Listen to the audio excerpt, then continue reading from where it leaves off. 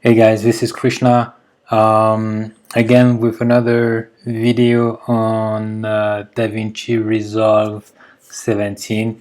It would probably work as well with all of the previous version, but what I'm using right now is Davinci Resolve 17.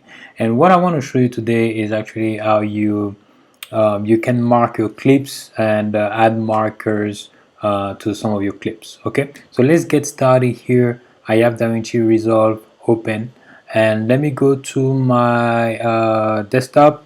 Over here I have some samples, and basically over here what we're going to look at over here, let me have a look here. Actually, I want to see those samples like this.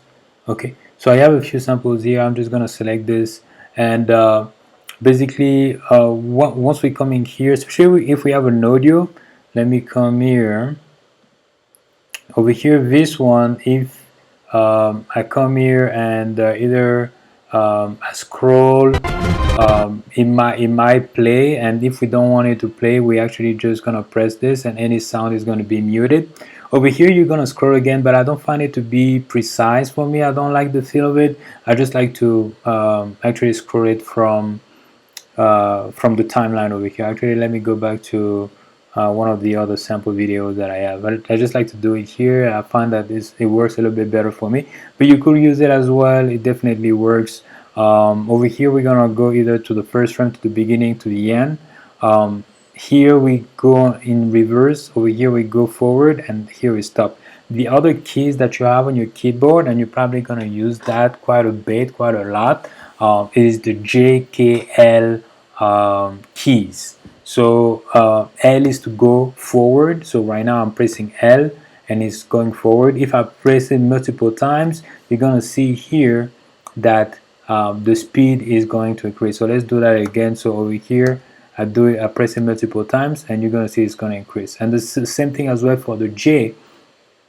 So J, if it goes backwards, and if I press it multiple times as well, and it's going to go a lot more, it's going to go faster backwards, right? And K is basically to stop it, right?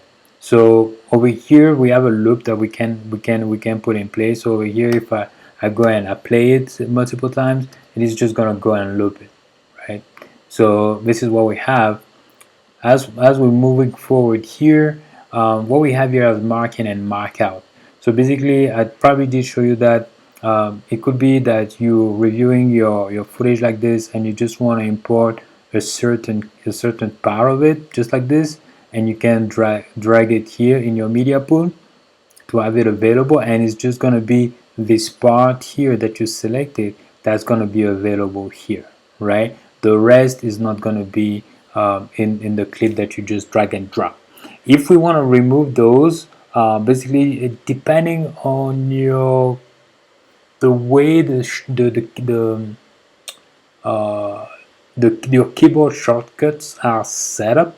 On my keyboard, it's actually, I believe it is Alt I and Alt O, and basically the way to actually see that is over here, and it's going to be clear in and clear out of, and over here you see it's set up on Alt I and Alt O, but I also have Alt X if I want to remove both of them at the same time, right? So we can do it here, and actually to set up we can use those two here, or you could also use I and O, and it does the same thing. Either you do it on your keyboard or you do it here with those two over here. It does the same thing, and I'm just gonna remove them just like that with Alt X, right? And the other thing that I want to show you actually, which is another form of marking your clips, is with markers, right? So do I have a clip here that is okay? You know what, I actually like this clip over here. I actually like this clip over here.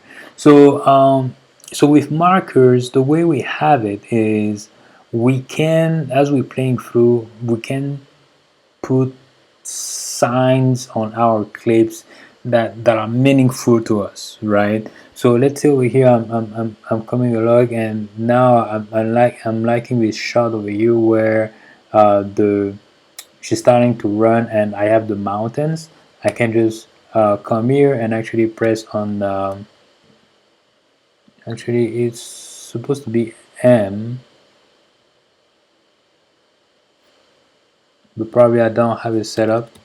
I have it set up on another one where by pressing M it does oh, actually, you know what, I'm sorry, the markers, you cannot add them on when the medias are on over here where you actually select them when they're still on your drive.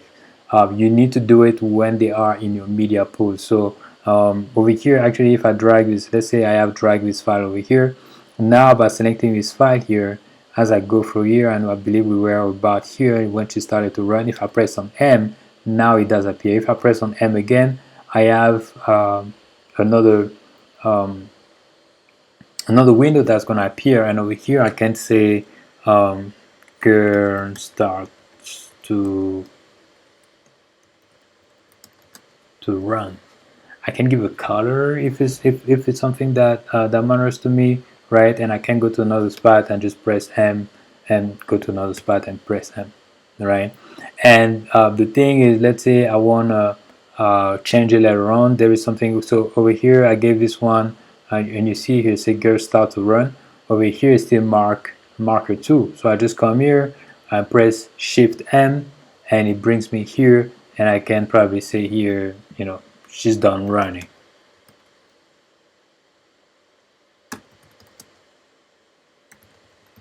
Right? And just like that, and put some keywords if that is needed. The thing with that though, because this is already in your media pool here, where that helps you is once we move here in the edit page, if we drag and drop this file over here, you're gonna see that those markers are here, right?